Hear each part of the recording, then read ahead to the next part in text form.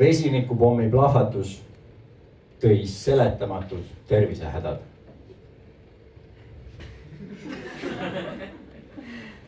Kaks probleemi selle artikliga mul. Esiteks see, et ma loen seda artiklit ja esimese asjana nad seletavad neid tervisehädasid. Just ütlesid, et seletamatud tervisehädad. Teiseks, kui sul on ühes lauses koos vesinikupommi plahvatus ja seletamatud tervisehädad, siis ma olen päris kindel, et see vesinikupommi plahvatus seletab ära need tervisehädad üsna hästi.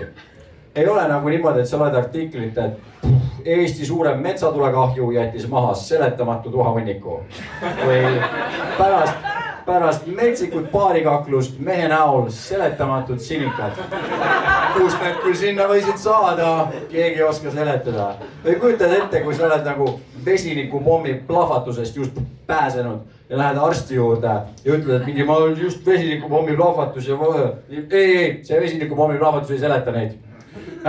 Mina olen siin arst. Usaldame ikkagi eksperte, kas sa gluteeni sööd? Piimatooteid tarbid, see saladus võib kuskil seal olla. See vesinikupommi plahvatus ei seleta mitte midagi ära.